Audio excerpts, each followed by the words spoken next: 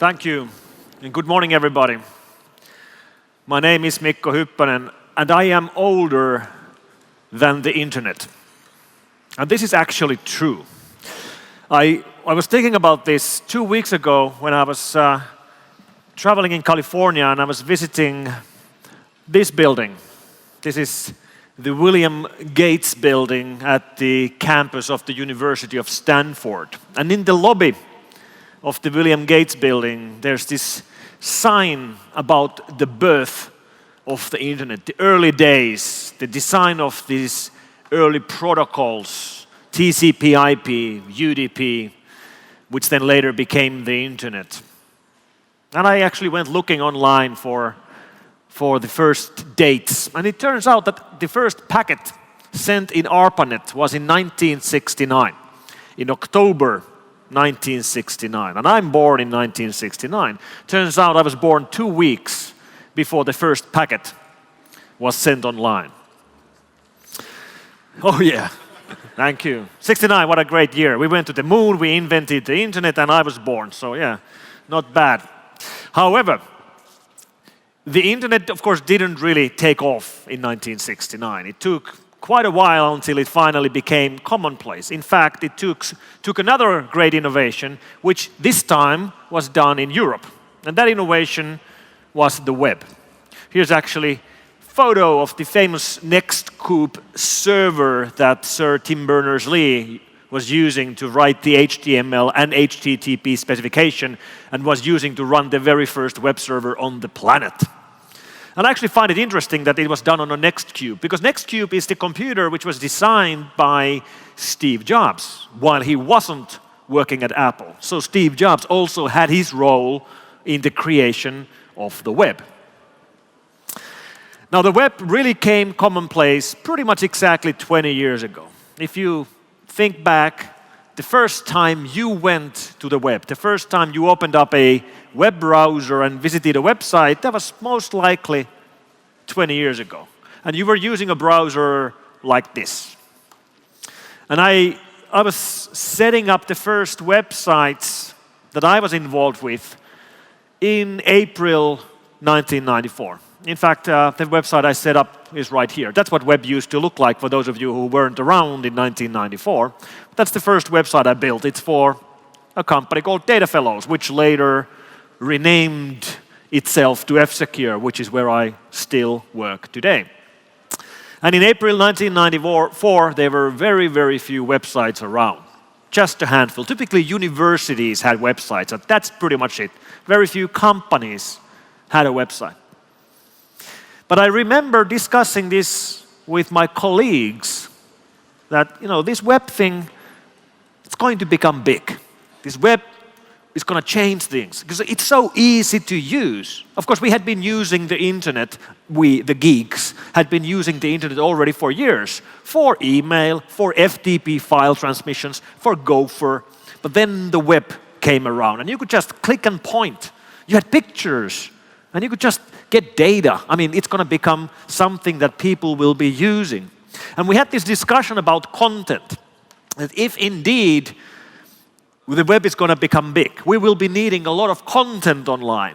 Content like, entertainment, and maybe news. Maybe one day there will be, magazines online, and newspapers will publish news online, and there will be even videos, maybe even movies online. That's what we were discussing in 1994. But then we had a problem, which is that, if we're going to have all this content online, how are people going to pay for it? Like, if we want to have all this content, somebody has to pay for the content. It can't be online for free. So how will these payment systems work online? And we had no idea, of course. But we were sort of assuming that it's going to be most likely something like, that these browsers will have a button, through which you would pay for the content that you're using. That all the browsers would implement some kind of a built-in payment system. And you could just click a button to read a piece of news. Of course, it would be very cheap, otherwise you wouldn't pay for it. But let's say you pay 2 cents to read this editorial in New York Times, or I pay ½ cent to read today's Dilbert cartoon. That's what we were assuming. And oh boy, we were wrong. 20 years later, we still don't have that. 20 years later, there's still no way for you to easily pay for content as you consume content online, which frankly is quite surprising.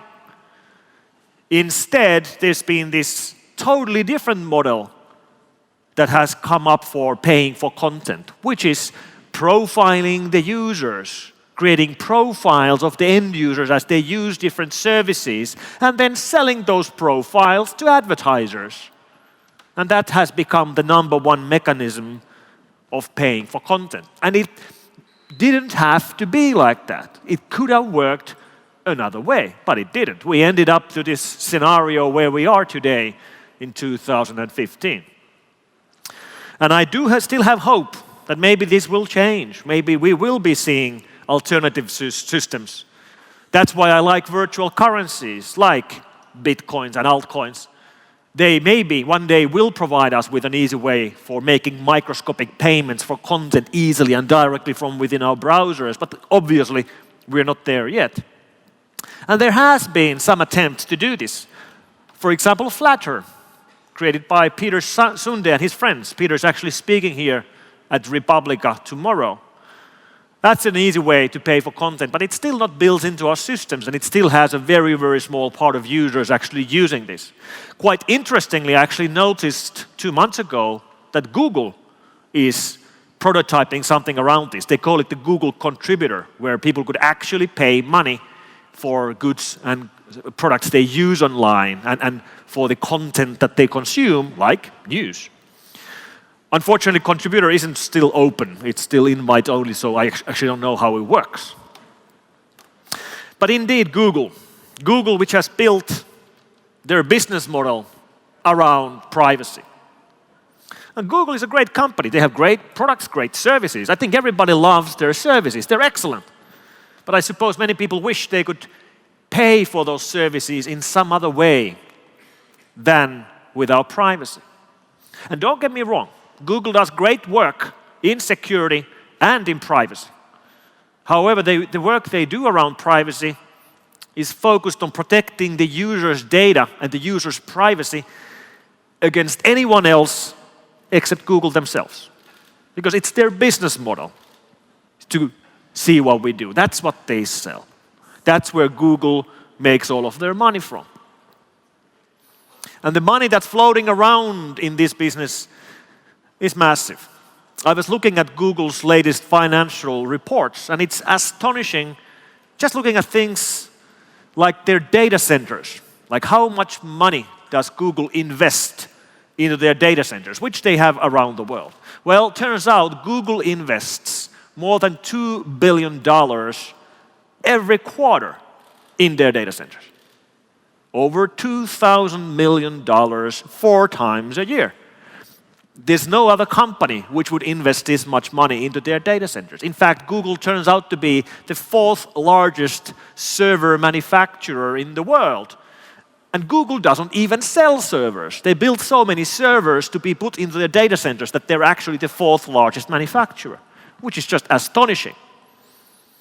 So obviously, when a company invests this much money into their operations and they're giving away the product for free, nobody pays for Google Search or Gmail or YouTube or Google Maps.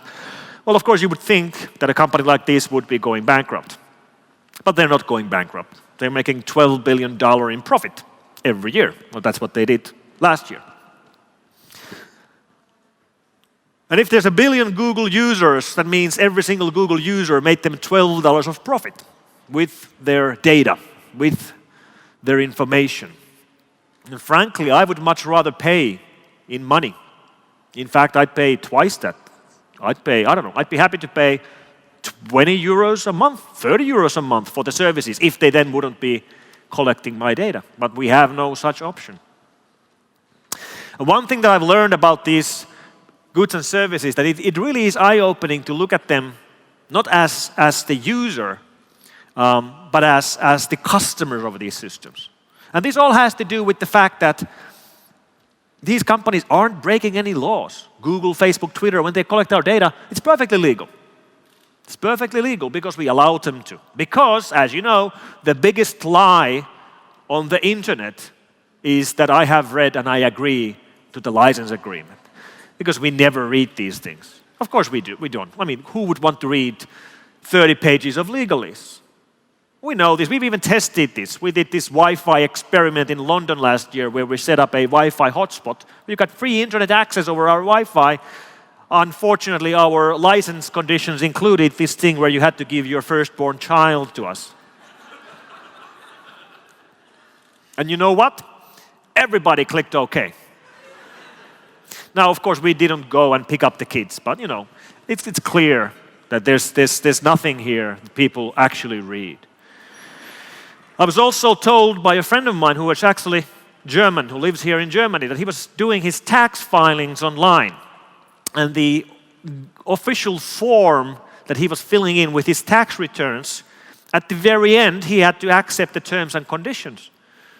And this webpage actually asked him that, you know, do you want to read the terms and conditions before you agree that you have read the terms and conditions?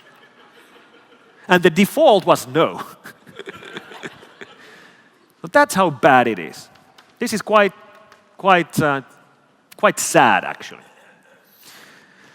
So a good way of looking at these free products and services is by going to these services not as a regular user, but as a customer. And of course, a customer here means an advertiser. For example, I've gone to Facebook and, you know, buy ads, and then just see how well you can target a single ad. And it's really eye-opening when you can like select, okay, location, this city in this country, I want to target females who are between 35 to 40 years old who are interested in these and these things. And Facebook will actually tell you that, okay, there's 2011 people like that, and we will show your ad to those 2011 people. So it really opens your eyes how well they can target these. But I was still quite surprised when I went looking at Twitter. Because on Twitter, you don't actually buy ads, you actually promote a tweet. So you pay money to Twitter, and Twitter will then show your tweet to persons who otherwise would not have seen your tweet. So they have an interface for this. They call them promoted tweets. You run campaigns, and you can target, you know, by gender or by location or by which device they're using. And this isn't actually surprising. Of course, Twitter knows quite a bit about the users based on their tweets and who they follow and what kind of devices they use and where they are.